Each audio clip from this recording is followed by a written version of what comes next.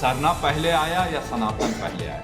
जय हिंद, जय भारत, जय धर्मेश। अभी मैं मोड़मा में एक मीटिंग के लिए आया हूँ। राजपाड़ा सरना सभा का पुनर्गठन किया जा रहा है। हमारा अनुष्ठान जो होता है, हमारा धार्मिक आस्था का जो केंद्र बिंदु है, वो सीधा सीधी बृहस्पति से जुड़ा हुआ है।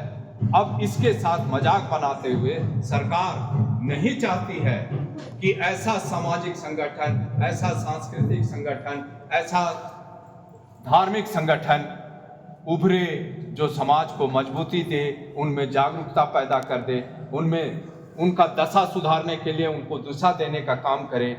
क्योंकि जब अगर वो इस तरह से हमारा संगठन मजबूत हो जाएगा, हमारा राजीपाड़ा सरना प्रार्थना मजबूत हो जाएगा, तो उनका राजनीतिक जो स्वार्थ है वो हम लोगों को मोहरा नहीं बना पाएंगे। तो इस चीज को मैं इसलिए विशेष रूप से कह रहा हूं कि आप जब मजबूत होंगे और जब सशक्त होंगे तो आपको लोग तोड़ना चाहेंगे और फोड़ना चाहेंगे, बहकाना चाहेंगे और अलग अलग करके आपको कमजोर करना चाहेंगे। तो आप अपना जो सोच है, आपका जो विचार है, उस पर आप कायम रहिएगा कि हम अपना, फिर बार बार कह रहे हैं, घर, परिवार, गांव और समाज मजबूत हो। और जिस दिन मजबूत होगा तो आज आपने देखा होगा कि आज आरएसएस के सर संचालक इस बात को बोले। क्यों बोले? ये आपकी ताकत को देखकर बोले कि हिंदुत्व को कमजोर करने के लिए सरना के नाम को तोड़ने का कोई प्रयास किया जाए। मैं फिर से कहना चाहूंगा, सरना पहले आया या सनातन पहले आया? तो इस चीज को कंसेप्ट क्लियर रखना होगा। हमारे बहुत ऐसे भाई हैं, अभी हम लोग राजस्थान के लोग आए थे, उनसे जब बात हुई तो वो लोग बोले कि आपका जो आइडियोलॉजी है, आपका जो सोच है और जिस सोच के तहत आप समाज को लेके जाना चाह रहे हैं, वो लोग क्या बाप जो पार्टी है उसका पूरा नाम क्या है? आदिवासी पार्टी। हाँ, भारत आदिवासी पार्टी का सांसद भी उन्होंने बनाया है, उस समाज के लोगों ने। उनके अगुवाई जो हैं वो यहाँ आए भी थे।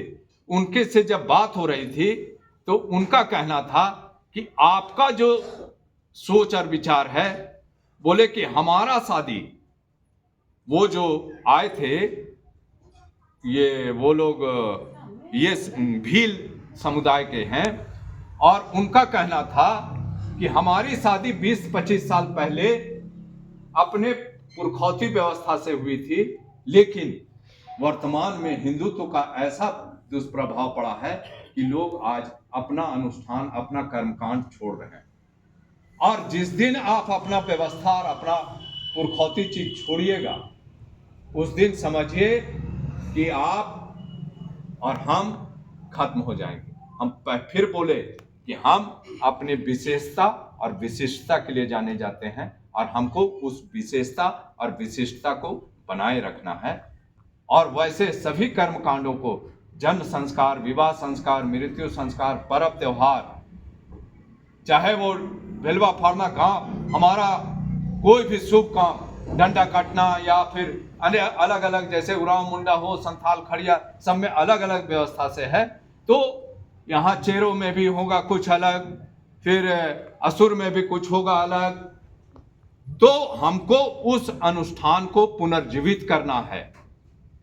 जिस दिन आप इस चीज को पुनर्जीवित कीजिएगा और मजबूत होइएगा, तो आपका जमीन मजबूत होगा।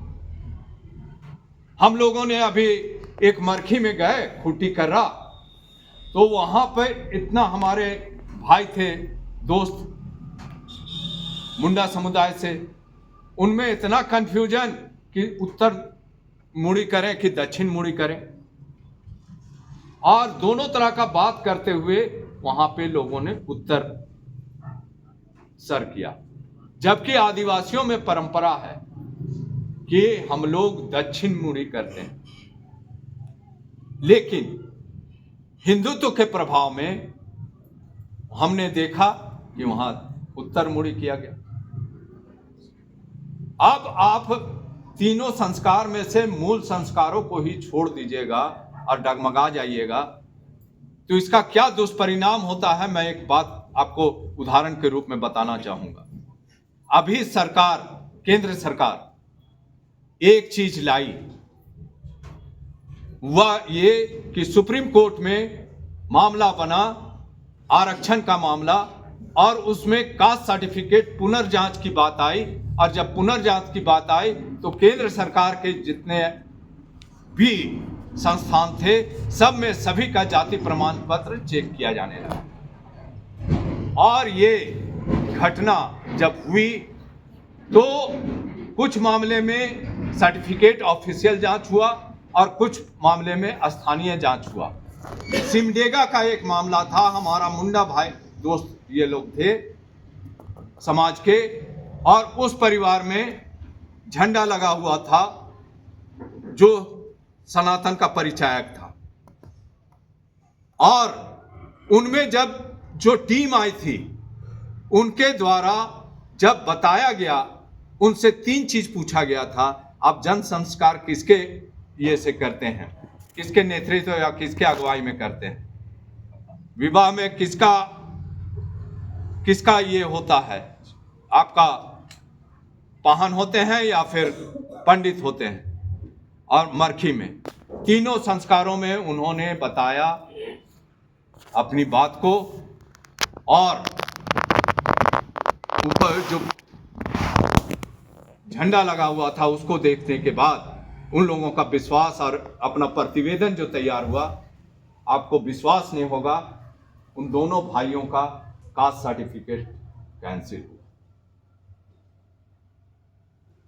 अगर हम लोग आने वाले समय में ऐसा कोई भी चीज